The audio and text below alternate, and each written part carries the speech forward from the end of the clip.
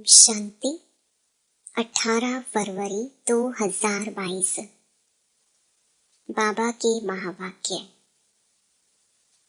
मीठे आज्ञाकारी बच्चे, तुम्हें सदा अतीन्द्रिय सुख में रहना है, कभी भी रोना नहीं है, क्योंकि तुम्हें अभी ऊंचे ते ऊंचा बाप मिला है।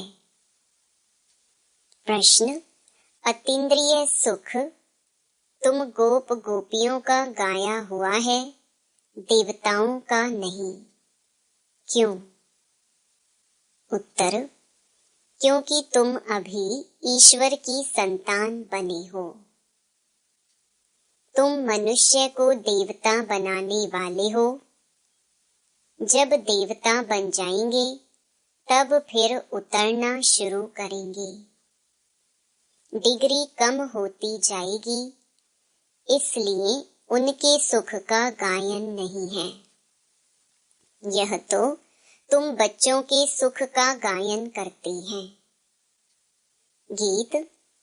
मुझको सहारा देने वाले दिल कहे तेरा शुक्रिया। ओम शांति। यह एक ने कहा या दो ने कहा? क्योंकि बाप भी है तो दादा भी है, तो यह ओम शांति किसने कहा? कहना पड़े दोनों ने कहा, क्योंकि तुम जानते हो दो आत्माएं हैं। एक आत्मा है, दूसरी परम आत्मा है। इन सबको जीव आत्मा कहा जाता है। तुम आत्माएं भी यहाँ पार्ट बजाने आए हो, दूसरे धर्मों की बात ही नहीं। बाबा भारत में ही आते हैं, भारत ही बर्थ प्लेस है। शिव जयंती भी मनाते हैं, परंतु वह कब और कैसे आते हैं यह किसको भी पता नहीं है। शिव तो निराकार को कहा जाता है, उनकी पूजा भी होती है, शिव जयंती भी मनाते हैं। जो पास्ट हो गया है वह मनाते हैं, परंतु जानते नहीं कि वह कब आए, क्या करके गए। अब तुम बच्चों को तो सब कुछ पता है, तुम कोई से भी पूछ सकते हो कि यह किसकी रात्रि मनाते हो। मंदिर में जाकर पूछो यह कौन है, इनका राज्य कब था, परम पिता परमात्मा के साथ तुम्हारा क्या संबंध है। उनके साथ किसका संबंध है? जरूर कहेंगे सबका संबंध है। वह सबका परम पिता है, तो जरूर पिता से सबको सुख का वर्षा मिलता होगा। इस समय दुख की दुनिया है, भल नई इन्वेंशन निकालते हैं, परंतु दिन प्रतिदिन दुख की कलाएं तो बढ़ती ही जाती हैं, क्योंकि अब उतरती कला है ना। कितनी आफतें आती रहती हैं, मनुष्यों को दुख देखना ही है।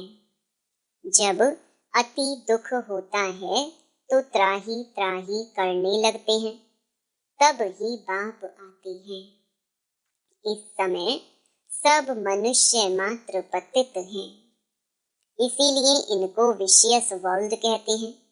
वहां सतयुग में दुख होता ही नहीं। तुम बच्चे समझते हो कि यह ड्रामा बना हुआ है। इस समय सभी रावण अर्थात 5 भूतों के वश हैं।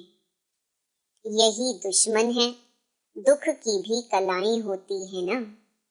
अभी तो बहुत तमो प्रधान हो गए हैं, क्योंकि विष से तो सब पैदा होते हैं। दुनिया को तो मालूम नहीं कि वहाँ विष होता ही नहीं है। कहते हैं वहाँ बच्चे तब कैसे पैदा होंगे।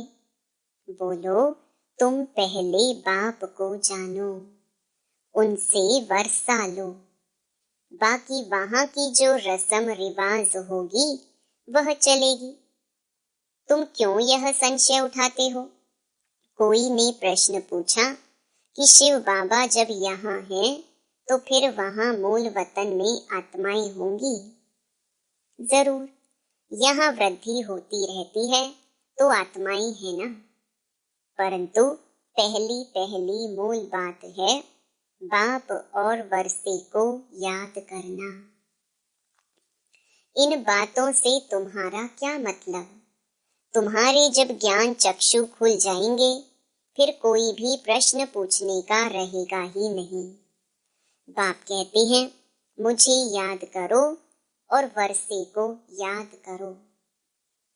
सिर्फ मुक्ति पानी चाहते हो तो मन मना भव, राजाई चाहते हो तो मध्याजी भव।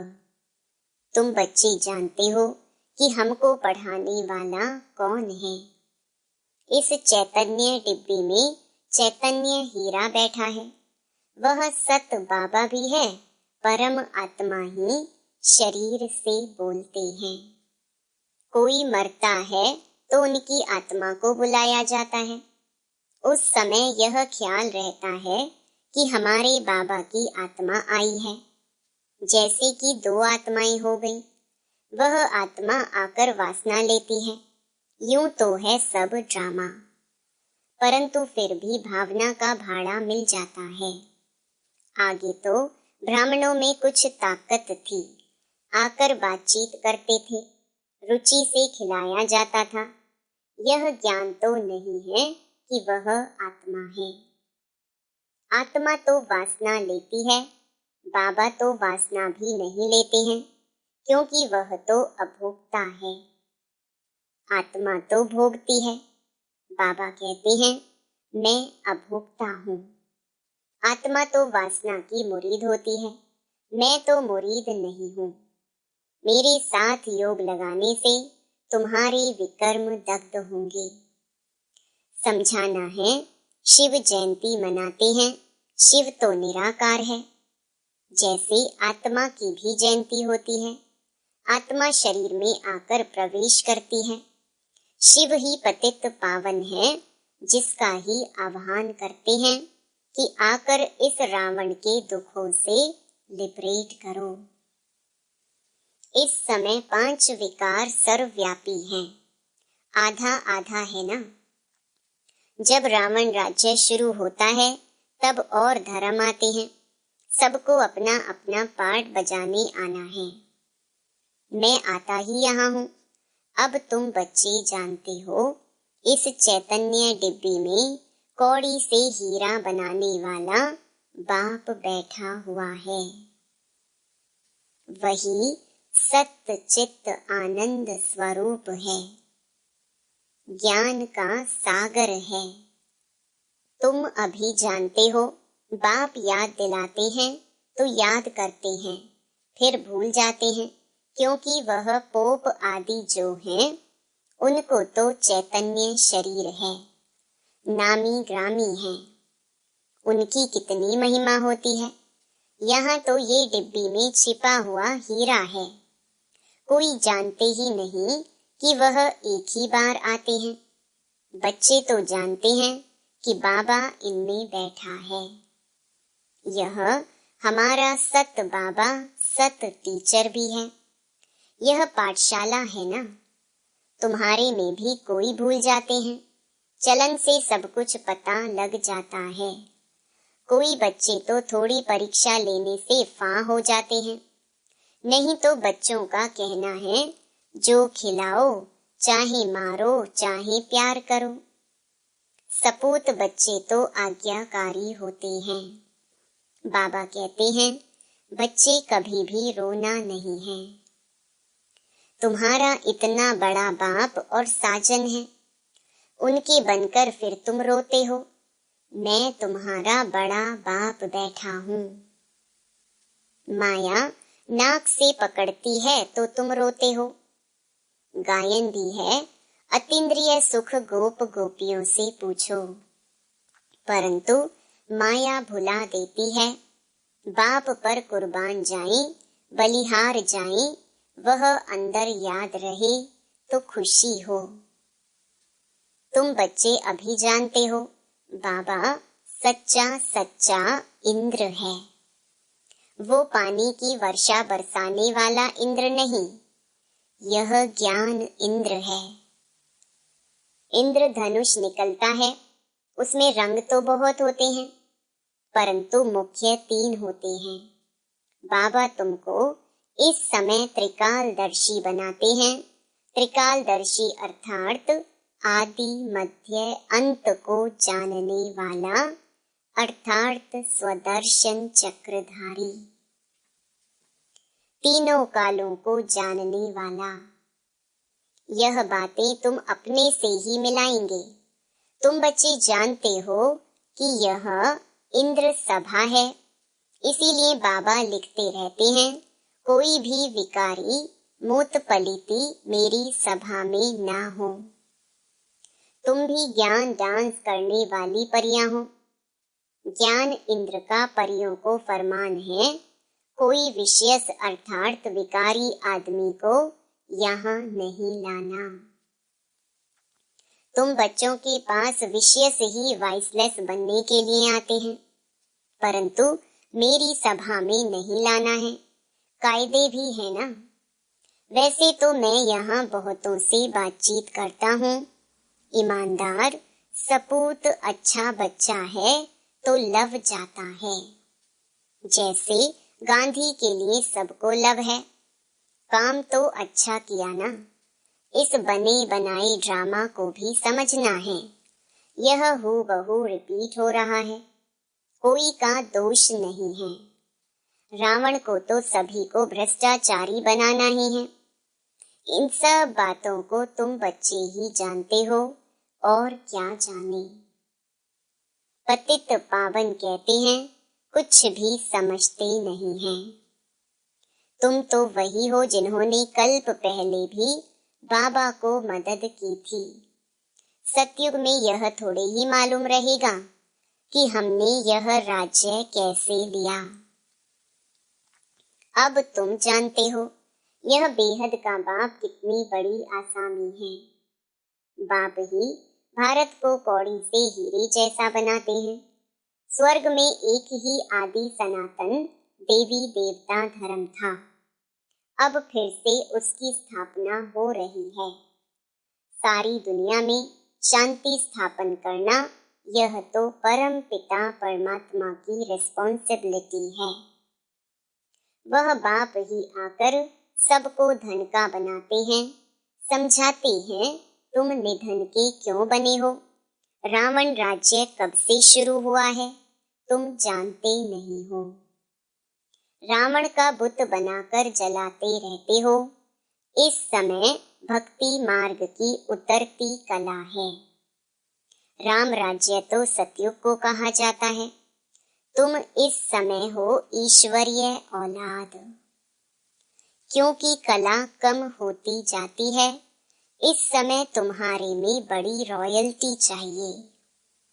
तुम हो मनुष्य को देवता बनाने वाले। अतीन्द्रिय सुख भी गोप गोपियों का ही गाया हुआ है। ऐसे कभी नहीं कहा है कि अतीन्द्रिय सुख लक्ष्मी नारायण से पूछो, परंतु गोप गोपियों के लिए कहा है, क्योंकि वह ईश्वरीय औलाद हैं। देवता बनते हो फिर डिग्री कम हो जाती है। राजाएं कितना दबदबे से चलते हैं, परंतु हैं तो सब तमो प्रधान। तुम्हारे पास चित्रों में ब्रह्मा का चित्र देखकर बहुत मनुष्य मूंझते हैं, तो तुम बच्चों के पास लक्ष्मी नारायण का चित्र एक त्रिमूर्ति सहित है। एक बिगर त्रिमूर्ति के भी है, उनमें सिर्फ शिव दिखाया हुआ है, तो दोनों रखना चाहिए। अगर कुछ ब्रह्मा के लिए बोले तो कहो किसके शरीर में आवे। ब्रह्मा सरस्वती ही लक्ष्मी नारायण बनते हैं। जरूर ब्रह्मा तन में ही आवे तब तो ब्राह्मण पैदा हो, नहीं तो इतने बच्चे कैसे हो सकते हैं। यह ब्रह्मा के बच्चे ब्रह्मा कुमार कुमारियां हैं। तुम भी ब्रह्मा कुमार कुमारी हो। प्रजापिता बिगर सृष्टि कैसे रचेंगे। यह अब नई सृष्टि रच रहे हैं। हो तुम भी, परंतु तुम मानते नहीं हो। अगर अभी ब्राह्मण नहीं बनेंगे तो देवता भी नहीं बन सकते। यह भी समझते हैं यहाँ आएंगे वही जिनका सैपलिंग लगना होगा। बाप कितना अच्छी रीति समझाते हैं। बाबा हर एक की अवस्था को भी जानते हैं। कोई किस चीज का भूखा, कोई फैशन का भूखा। बाबा से आकर पूछो, बाबा हम ठीक चल रहे हैं, यह हमारी बात राइट है या रॉन्ग, तो भी समझें कि इनको डर है। देखो गांधी जी को सभी ने कितनी मदद दी, परंतु उसने खुद नहीं खाया, सब देश के लिए किया। वह गांधी तो फिर भी मनुष्य था। यह तो बेहद का बाबा है। शिव बाबा तो दाता है, सब बच्चों के लिए ही करते हैं। पूछा जाता है तुम 1 रुपया क्यों देते हो? कहते हैं शिव बाबा को देते हैं 21 जन्मों का वर्षा पाने के लिए। ऐसे कोई नहीं समझे तो मैंने दिया, मैं तो 21 जन्मों का वर्षा लेता हूँ। बाबा तो गरीब निवाज है, 21 जन्मों का वर्षा देते हैं, यह बुद्धि में रहे। सब कुछ बच्चों के काम में आता है। गांधी भी काम में लगाते थे, अपने लिए कुछ भी इकट्ठा नहीं किया। अपने पास भी जो कुछ था वह दे दिया। देने वाला कभी खुद इकट्ठा नहीं करता। सन्यासी छोड़कर चले जाते हैं, फिर आकर इकट्ठा करते हैं। उन्हों के पास तो बहुत पैसे हैं, कितने फ्लैट्स हैं। वास्तव में सन्यासियों को 1 पैसा भी हाथ में नहीं होना चाहिए। लॉ ऐसे है, वह कभी दानी नहीं हो सकते। तुमको तो बाप की राय पर चलना है। बाबा यह सब कुछ आपका है, जैसे आप कहेंगे ऐसे काम में लगाएंगे। बाबा डायरेक्शन देते रहते हैं, बच्चों को अमल में लाना है।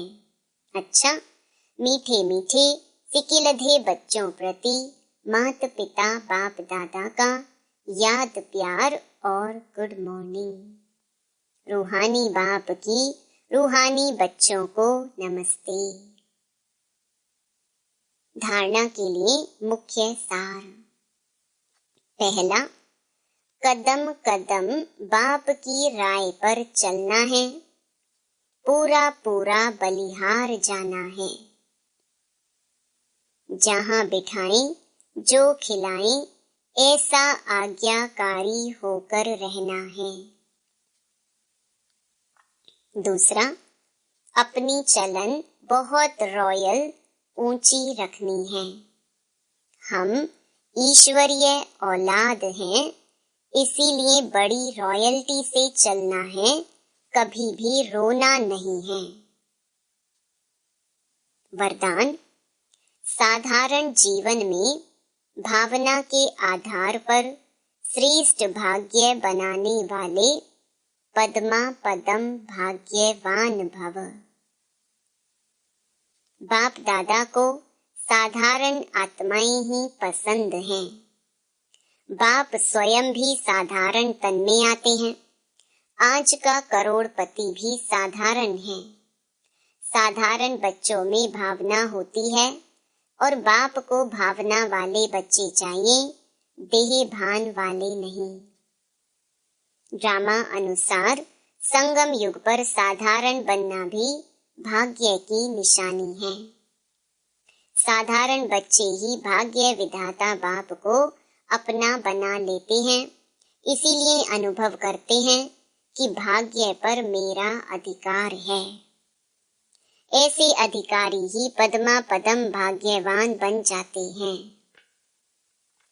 स्लोगन, सेवाओं में दिल बड़ी हो तो असंभव कार्य भी संभव हो जाएगा।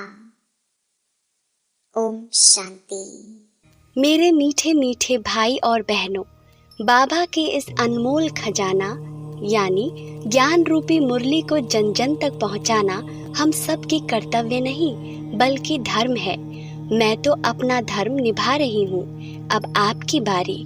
आप भी अपनी व्हाट्सएप और फेसबुक और दूसरे सोशल मीडिया के ग्रुप में शेयर कीजिए। क्या पता आपके इस नेक काम की वजह से किसी की ज़िंदगी जीने की एक नई राह मिल जाए। और हाँ, आप भी इस YouTube चैनल को सब्सक्राइब कर लीजिएगा ताकि आपको भी रोजाना बाबा की मुरली को सर्च करना ना पड़े। शिव बाबा की अमृत वर्षा हम सब पर ऐसे ही बरसती रहे।